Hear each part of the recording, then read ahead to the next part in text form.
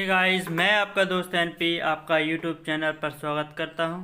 तो आज हम पॉलिटी का पार्ट 4 पढ़ने जा रहे हैं, जिसमें हम भारत के संवैधानिक विकास का बढ़ता हुआ क्रम जो फोर्थ पार्ट में है, फर्स्ट सेकंड और थर्ड हो चुका है। अब हम फोर्थ पार्ट पर इसके क्वेश्चन की अध्ययन करेंगे। Now first of all now we look this question के 61 संविधान निर्मात्री परिषद की झंडा समिति के अध्यक्ष कौन थे। तो देखते हैं इसमें ए सी राजगोपालाचार्य, बी राजेंद्र प्रसाद, सी जेवी कृपलानी या डी बी आर अम्बेडकर। तो इसमें हमारा आंसर नंबर बी सही होगा। भारतीय इतिहास में 2 झंडा समितियों का उल्लेख मिलता है, 2 बार हुआ है झंडा समितियों का गठन।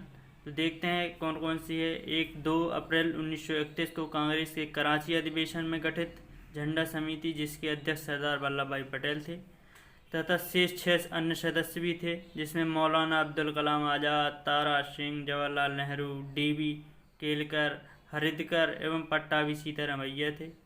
दूसरी एक तदर्थ झंडा समिति का गठन हुआ था, जो संविधान निर्मात्री परिषद में हुआ था। इसका गठन हुआ था 23 जून 1947 को किया गया था, जिसके अध्यक्ष डॉक्टर राजेंद्र प्रसाद थे, तथा अन्य सदस्य थे अब्दुल कलाम आज़ाद हुआ, सरोजिनी नायडू, राजगोपालाचार्य और K M Munshi, doctor B R Ambedkar भी उस झंडा समिति के अध्यक्ष जो आज़ादी के इसके समय संविधान निर्मात्री परिषद के समय तदर्थ संविधान कमेटी बनी थी, और इसके कौन थे अध्यक्ष? राजेंद्र प्रसाद थे, क्योंकि यहाँ लिखा है संविधान निर्मात्री परिषद की झंडा समिति, तो इसलिए हम इसमें राजेंद्र प्रसाद लगाएंगे, ना कि सरदार वल्लभ भाई पटेल। तो इसमें क्वेश्चन नंबर नेक्स्ट है 62। भारत की संविधान सभा ने राष्ट्रीय ध्वज का प्रारूप 22 जुलाई 1947 को अपनाया था। क्या ये सही है या फिर दूसरा सही है, जो राष्ट्रीय ध्वज के बीच चक्र में 21 तीलियाँ होती? 21 तो नहीं होती, 24 तीलियाँ होती, ये गलत है शायद। तीसरा है राष्ट्रीय ध्वज की चौड़ाई लंबाई 3:4 है, ये भी गलत है। कितना होता है? 2:3 होता है। तो इसका मतलब 2 3 गलत है, पहला सही है। पूछा क्या है, सही कौन है? तो इसमें केवल एक सही होगा, इसका आंसर नंबर बी सही होगा। भारत की संविधान सभा राष्ट्रीय ध्वज प्रारूप 22 जुलाई 1947 को अपनाया गया था, तो इसलिए ये सही था। और 2 जो राष्ट्रीय ध्वज के बीच चक्र में कितनी तीलियाँ हैं? 24 तीलियाँ हैं। और राष्ट्रीय ध्वज की चौड़ाई और लंबाई का अनुपात जो है 3:4 ना होगा, क्या होगा? 2:3 होगा। और यहाँ चौड़ाई और लंबाई है तो 3:2 हो जाएगा। क्वेश्चन नंबर नेक्स्ट 63 में संविधान सभा में भारतीय संविधान का 3य वाचन कब प्रारंभ हुआ था? तो अब आपको पता होना चाहिए कितने वाचन हुए थे, है ना? तो लगभग 4 वाचन हुए थे, 3 वाचन हुए थे, हैं? और इनमें से कौन वाचन कब हुआ था? 14 नवंबर 1949 या 14 नवंबर 1948? तो इसमें हमारा कौन सा सही है?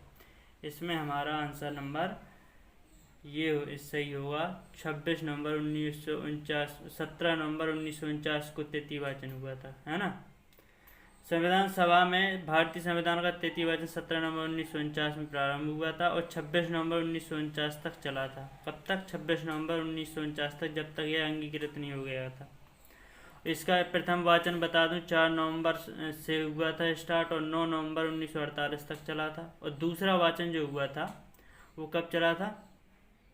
वो 15 नवंबर 1948 ईस्वी को प्रारंभ हुआ था, जो 17 अक्टूबर 1949 ईस्वी तक चला था। तो ये 3 वाचन हुए पूरे संविधान निर्मात्री संविधान सभा का गठन होने से लेके संविधान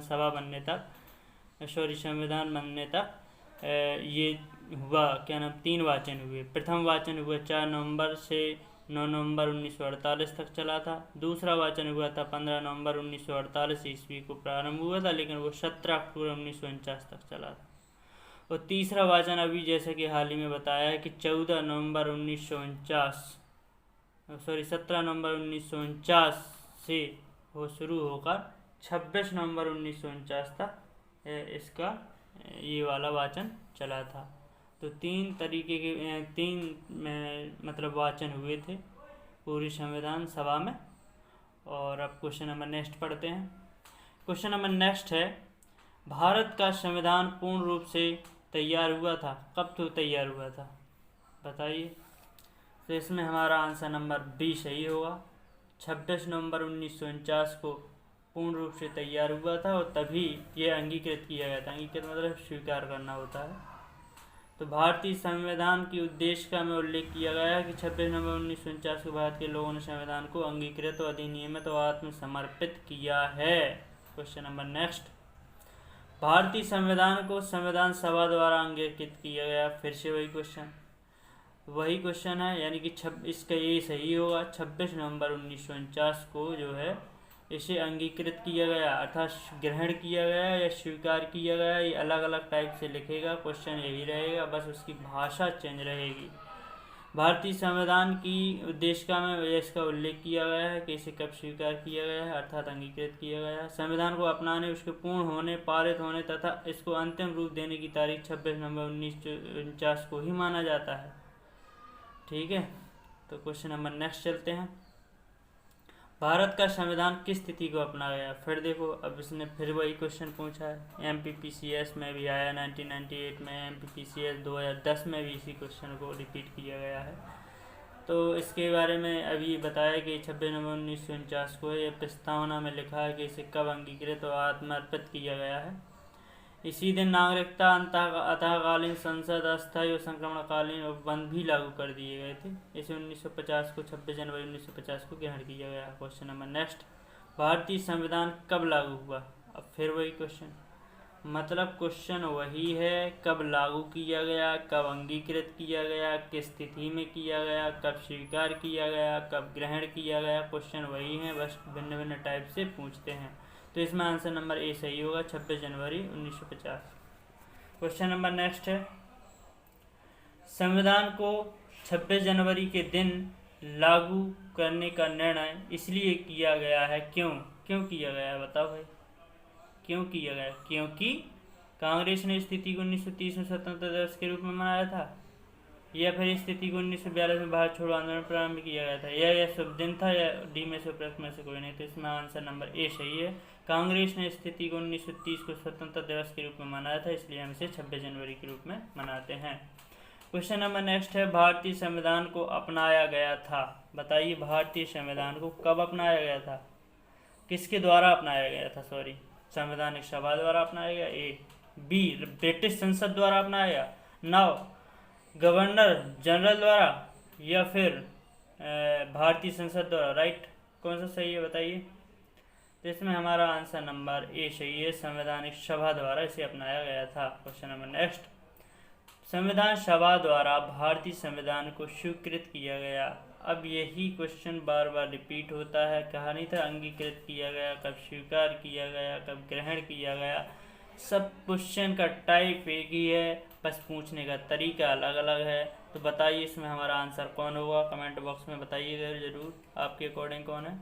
इसमें आंसर नंबर सी सही होगा, 26 नवंबर 1949। क्वेश्चन नंबर नेक्स्ट, भारतीय संविधान को 26 नवंबर 1949 को किसके द्वारा अधिनियमित किया गया? फिर से वही पूछा, क्वेश्चन वही है।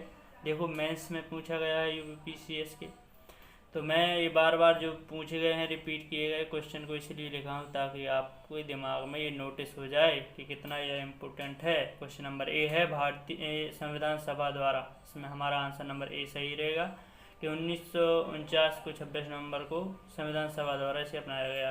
क्वेश्चन नंबर नेक्स्ट 72 है, भारत का संविधान अंगीकृत व अधिनियमित किया गया। फिर से वही क्वेश्चन, देखो 2013 के मेंस में भी PCS में पूछा और UPPCS मेंस 2015 में भी। मतलब ये UPPCS वालों को ये क्वेश्चन बहुत ही ज़्यादा पसंद आ गया है। और इसका हमारा आंसर नंबर कौन होगा? सी सही होगा, सी 26 नवंबर 1949। Question number next, BR Ambedkar का संविधान सभा में निर्वाचन हुआ था। अब बताओ। तो ये मैं तो आपको बता दूं, पहले पश्चिम बंगाल से हुआ था, लेकिन बंगाल का 1946 के पहले मतलब 46 में हुआ था, लेकिन 47 में देश डिवाइड हो गया, फिर इन्हें बम्बई प्रेसिडेंसी से पुणे से चुना गया था। ठीक है, तो इसमें हमारा आंसर नंबर बी सही होगा। बम्बई प्रेसिडेंसी से चुना गया था। भारतीय गणराज्य के मुंबई प्रेसिडेंट पुणे संसदीय क्षेत्र से उपचुनाव द्वारा चुना गया था इन्हें। Question number next, doctor BR Ambedkar का जन्म और मृत्यु कब? ये कभी कभी पूछ लेता है, वैसे इतना इम्पोर्टेंट नहीं है लेकिन कभी कभी पूछ लेता है तो हमें याद करना पड़ेगा। इनका जन्म जो हुआ था भीमराव अम्बेडकर जी का, इनका जन्म हुआ था 1891 में। कब हुआ था? 14 अप्रैल 1891 में।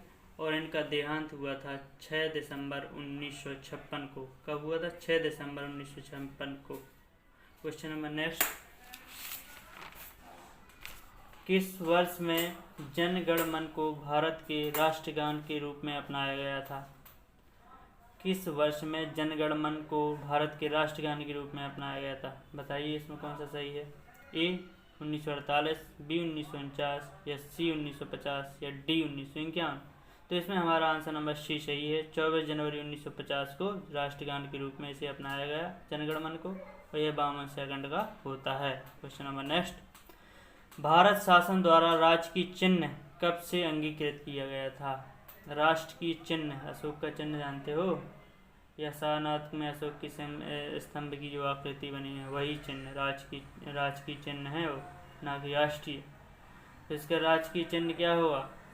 अशोक का चिन्ह हुआ। इसे कब अपनाया गया? इसे अपनाया गया 26 जनवरी 1950 को अंगीकृत किया गया है।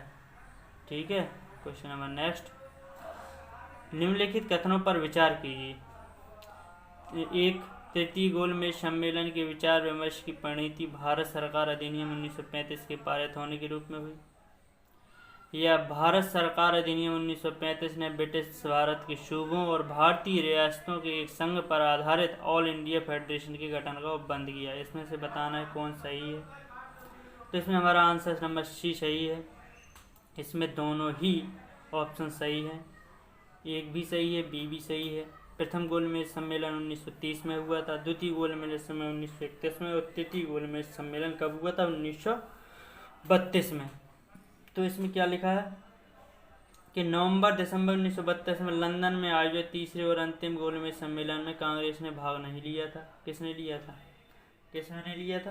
तीसरे और अंतिम में, पहले और तीसरे में। दूसरे में लिया था महात्मा गांधी जी ने। इस सम्मेलन में भारत सरकार अधिनियम 1935 के लिए एक ठोस योजना को अंतिम रूप में पेश किया गया था। इसमें ब्रिटिश भारत के सूबों और भारतीय रियासतों के एक संघ पर आधारित ऑल इंडिया फेडरेशन का गठन का भी प्रावधान किया गया था।